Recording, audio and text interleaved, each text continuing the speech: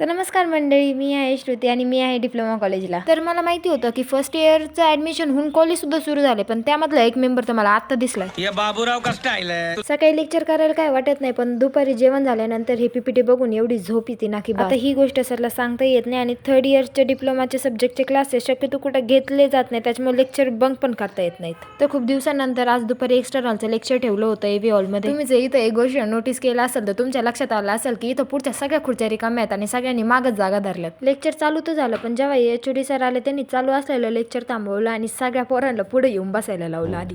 आता शेवटी ते एचओडी आहेत, त्याच्यामुळे त्यांचं म्हणणं तर सगळ्यांना ऐकावंच लागणार होतं. त्याच्यामुळे सगळे पोरं कानाकानं उठले पुढे येऊन बसले.